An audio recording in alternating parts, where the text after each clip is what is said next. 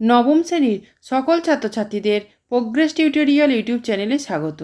আশা করছি তোমরা সকলেই ভালো আছো এবং মনোযোগ সহকারে পড়াশোনা করছো। আজকের ভিডিওটি একটু আলাদা, কারণ এই চ্যানেলের এক ছাত্রীর অনুরোধে বাংলার কবি জীবনানন্দ দাশের লেখা আকাশে 7টি তারা অধ্যায়ে এই রচনাধর্মী প্রশ্নের উত্তর আলোচনা করছি। তাই তোমরা ভিডিওটি প্রথম থেকে শেষ পর্যন্ত অবশ্যই দেখো আর তোমাদের বন্ধুদের মধ্যে ভিডিওটি শেয়ার করে দিও, যাতে তারাও জানতে পারে। প্রোগ্রেস টিউটোরিয়াল এমন একটি চ্যানেল যেখানে নবম দশম শ্রেণীর প্রথম, দ্বিতীয়, তৃতীয় পর্যায়ক্রমিক মূল্যায়নের কোশ্চেন প্যাটার্ন অনুযায়ী বিভিন্ন ধরনের প্রশ্নোত্তর আলোচনা করা হয়ে থাকে। চলো আজকের ভিডিওটি শুরু করা যাক। প্রশ্নটি দেখো, আকাশে 7টি তারা কবিতায় কেশবতী কন্যার রূপের বর্ণনা। উত্তর, কবি জীবনানন্দ দাশ তাঁর আকাশে 7টি তারা কবিতায় কেশবতী কন্যা বলতে সন্ধ্যার ঘনায়মান অন্ধকারকে বুঝিয়েছেন। কেশবতী কন্যা কথাটি উচ্চারণের সঙ্গে সঙ্গে চোখের সামনে ভেসে ওঠে আলুলায়িত কেশদাম বিশিষ্টা এক রূপসী কিশোরীর ছবি। তার ঘন চুলের আচ্ছন্ন সমস্ত দৃশ্যপট আড়াল করে। সেই কিশোরীর গাঢ় কালো চুলের মতো লাবণ্যময় আধার বঙ্গ প্রকৃতির সর্বত্র সঞ্চরমান।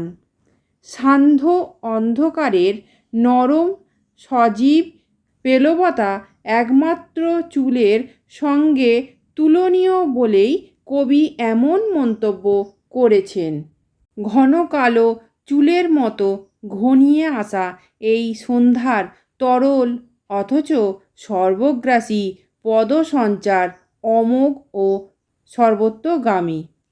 দিগন্ত জুড়ে অন্ধকারের নেমে আসাকে বোঝাতে কবি দুবার ব্যবহার করেছেন আমার শব্দটিকে। আমার চোখের পরে বলেও আবার তিনি বলেন আমার মুখের পরে, অর্থাৎ এই সমস্ত শরীরে অন্ধকার নামছে। অন্ধকারের এই চরাচর জোড়া ব্যক্তি বোঝাতেই কবি শব্দটিকে দুবার ব্যবহার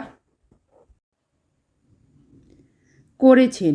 কবির মতে সন্ধ্যার এই আধারময় স্পর্শ যেন এই চুলের স্নেহচুম্বন ও স্নিগ্ধ গন্ধরূপে তার মুখের ও চোখের ওপরে আর বঙ্গ প্রকৃতির হিজল কাঁঠাল জামের ওপর অবিরত ঝরে পড়ে। আজকের আলোচনা এই পর্যন্ত। আজকের ভিডিওটি যদি ভালো লেগে থাকে তাহলে অবশ্যই লাইক, কমেন্ট, শেয়ার করো এবং চ্যানেলটিকে অবশ্যই সাবস্ক্রাইব করো। এছাড়া প্রোগ্রেস টিউটোরিয়াল ফেসবুক পেজটি লাইক ও ফলো করে রেখো, যার লিঙ্ক ডেসক্রিপশন বক্সে দেয়া আছে। আজকের ভিডিও এ পর্যন্ত। ধন্যবাদ।